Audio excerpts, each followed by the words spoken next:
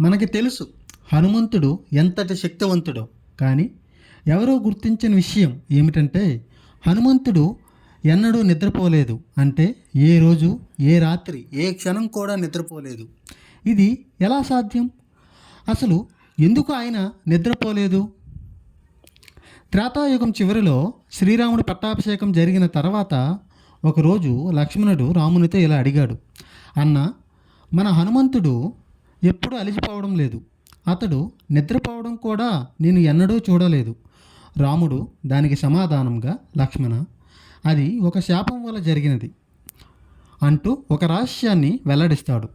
అనేక సంవత్సరాల క్రితం బాల్యంలో హనుమంతుడు చాలా ఉత్సాహంగా ఉండేవాడు. సూర్యుడిని పండుగ భావించి తినడానికి ఎగరబోతాడు. ఇలా ఇతర దేవతలపై కూడా చిలిపితనంతో దాడి చేసేవాడు. ఇలాంటి వ్యవహారాల వల్ల హనుమంతునికి శాపం వస్తుంది. తన శక్తి తనకి గుర్తుండదు. తన శక్తిని తాను మర్చిపోతాడు. ఈ శాపంతో పాటు బ్రహ్మదేవుడు కూడా ఒక ఆశీర్వాదాన్ని ఇస్తాడు. తనకి భగవంతుని సేవ చేసే వరం ఉంది. అది పూర్తి చేయగలిగేంత వరకు తనకు నిద్రపోవడం కుదరదు అని రాముడు చెప్తాడు. అప్పుడు లక్ష్మణుడికి అర్థమవుతుంది హనుమంతుడు ఎందుకు నిద్రలేని జీవితాన్ని గడిపాడు.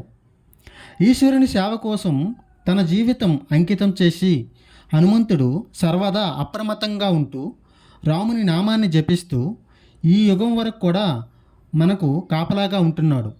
అందుకే ప్రతి హనుమాన్ ఆలయంలో ఆయనకు ప్రత్యేకంగా నిద్రలేని దేవుడిగా పూజ చేయబడుతుంది. జై హనుమాన్. ఇంకా ఇలాంటి రహస్యాలను మీరు తెలుసుకోవాలంటే ఈ ఛానల్ని సబ్స్క్రైబ్ చేయండి. మీకు నచ్చితే like and share the video. Thanks for the watching.